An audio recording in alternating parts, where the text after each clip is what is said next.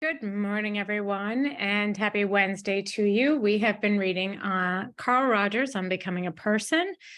We left off yesterday on the top third of page 122 in the process of becoming a person. And so today we are going to close out this chapter by reading willingness to be a person, be a process, excuse me. And the conclusion, and that will close out chapter 6. And then the next time we meet, we'll continue on with chapter 7. So here we go.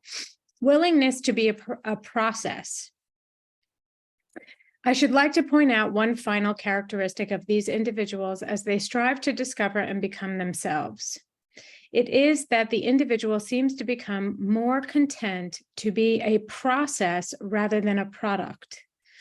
When he enters the therapeutic relationship, the client is likely to wish to achieve some fixed state.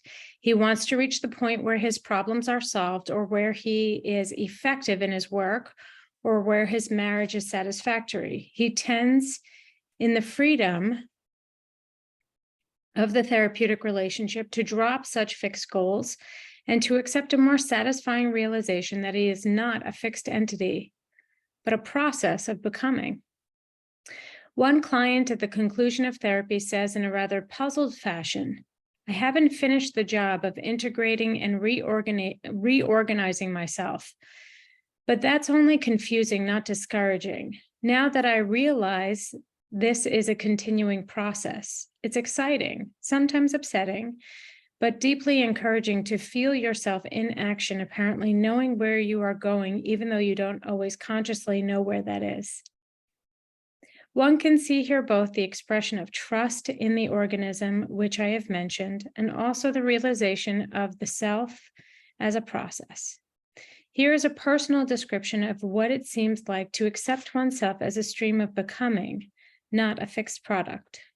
It means that a person is a fluid process, not a fixed and static entity, a flowing river of change, not a block of solid material, a continually changing constellation of potentialities, not a fixed quality of traits.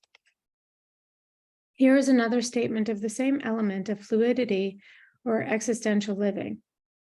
This whole train of experiencing and the meanings that I have thus far discovered in it seem to have launched me on a process which is both fascinating and at times a little frightening. It seems to mean letting my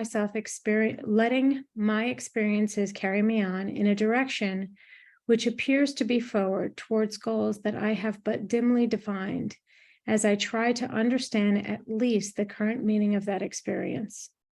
The sensation is that of floating with a complex stream of experience, with the fascinating possibility of trying to comprehend its ever-changing complexity.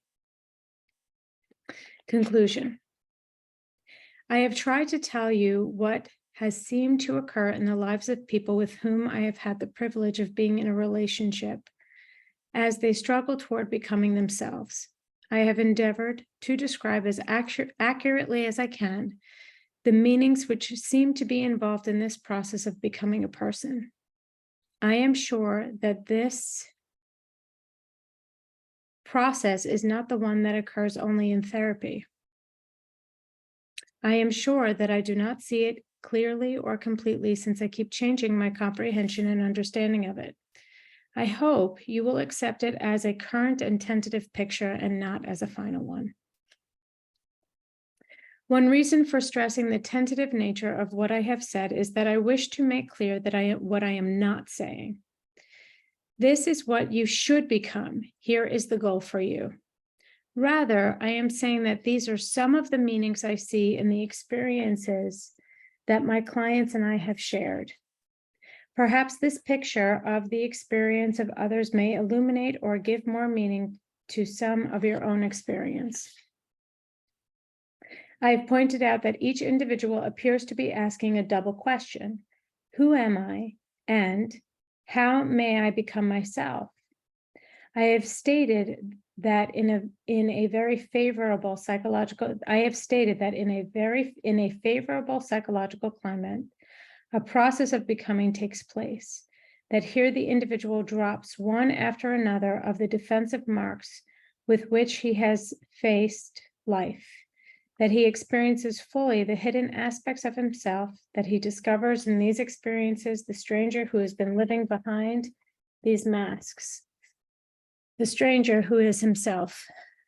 I have tried to give my picture of the characteristic attributes of the person who emerges, a person who is more open to all of the elements of his organic experience, a person who is developing a trust in his own organism as an instrument of sensitive living, a person who accepts the locus of evaluation as residing within himself, a person who is learning to live his life as a participant in a fluid, ongoing process in which he is continually discovering new aspects of himself in the flow of his experience.